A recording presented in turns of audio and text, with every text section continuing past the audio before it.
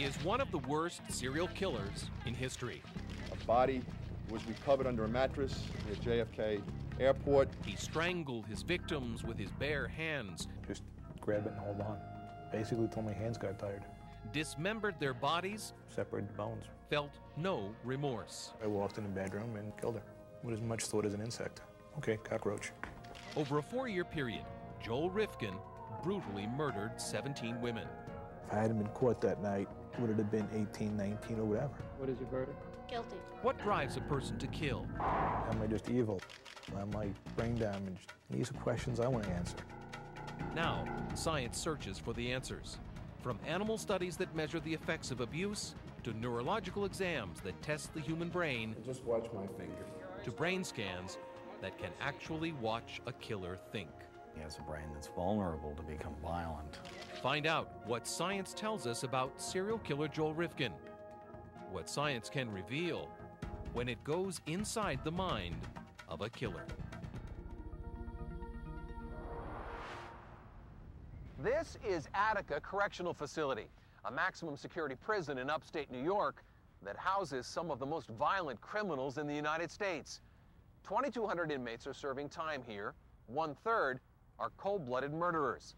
Among them, the most vicious serial killer in the history of New York State. Attica is where he'll spend the rest of his life. When Joel Rifkin was finally arrested, he stunned the country with his confession. Mr. Rifkin has spoke of 17 homicides that he committed. After the confession, a frantic search for bodies. On 5/13, they recovered a body in an oil drum in northern Brooklyn. Yesterday, a body was recovered under a mattress near JFK Airport. Rifkin's killing spree lasted from 1989 to 1993. He murdered women, brutally strangling them with his hands. He was sentenced to more than 200 years in prison. You have been found to have knowingly committed the most heinous act one can commit against a fellow human being, the taking of a life. Rifkin is now in solitary confinement for his own protection. He agreed to talk to us. He says he wants to know why he killed 17 times. I'd like to know what happened. I mean, I didn't start out with my goal to end up here. I mean, the crime what I was accused of was more than normal, more than simple tragic crime. And now it's, how did I get here? Is there something wrong? Is there nothing wrong?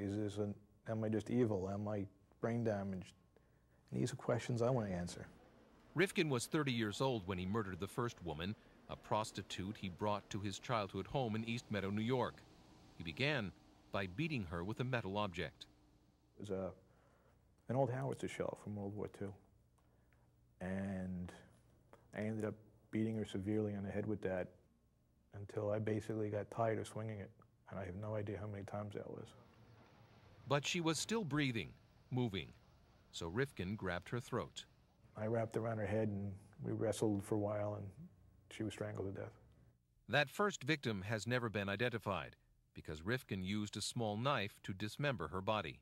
I took an X-Acto knife, a little hobby knife, and basically removed her limbs, her legs, head. I guessed approximately where the joints were and just cut everything around them and separated the bones. Made little packages and drove as far as the Jersey, Pennsylvania border with some of them. As far away as I could get on that much gas. Distributed them many different places? Small as I could, as far as I could. Just make it all go away. Were you sorry at all?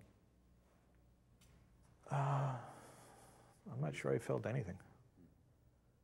It was just something that happened, and had no plans to repeat it. Just go away, go on with my normal life. Just forget about it. But over the next 4 years, Rifkin killed at least 16 more times. Police say his victims were prostitutes, easy targets whose disappearance often goes unreported or even unnoticed. Rifkin says he could never predict which woman he would kill and which he would spare. Once it started, it wasn't every girl. It was the occasional girl. It was, I could be with a a girl on a Friday, another girl on a Saturday, be with a second girl on Saturday, and she'd end up dead. And the others were fine. And then be with a girl on Monday, and she'd be fine. So I never understood it. At one point, Rifkin says he adjusted the time and place he would see prostitutes in a conscious attempt to keep himself from killing. I even switched from night to day because there's more people. So again, less likely to happen, better chance of being interrupted or stopped or anything. And that didn't work out either. Again, it just would occur. He says in the moment of each murder, he felt no hesitation, no remorse. There was no thought of if I should let go of this person's throat or keep holding the person's throat or any thought at all. Just grab it and hold on. Basically till my hands got tired. He killed for the last time in Manhattan on June 24, 1993, at dawn. His final victim, 22-year-old Tiffany Bresciani. He brought her body back to his family home. I stopped at a parking lot, wrapped the body in the tarp, put her in the trunk. Mom borrowed the car. Mom brings the car home. I drove Mom to work. I then put the body in the garage, wrapped up in the tarp. 3 days later, in the middle of the night, he put the body in his pickup truck and drove off. The police began to chase him, not because of the body, but because his license plate had fallen off. They discovered the body almost immediately, but they did not know they had a serial killer until hours later, after Rifkin had confessed to 16 additional murders. How did you feel when it was clear that it was over? I wasn't angry at myself, wasn't angry at the police. It was, I was calm about it. Even now, Rifkin says his crimes are a mystery to him. Did you feel like you were in control or that you were out of control? Behaving mechanically, autopilot, completing a task, just starting something and finishing it. Just autopilot's the best way to describe it.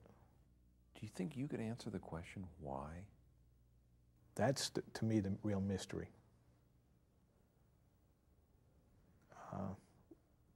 Why? Why am I different from, let's say, you or anybody else? How did you get through school and high school and go to college and get what's considered a normal 9-to-5 job and fit into society, and how come I didn't? That's what puzzles me. To try to figure out why he killed, Rifkin agreed to let neurologist Jonathan Pincus examine him. I'm going to do some tests. To see if the root of his violence can be found in his brain. Keep your eyes right on my finger.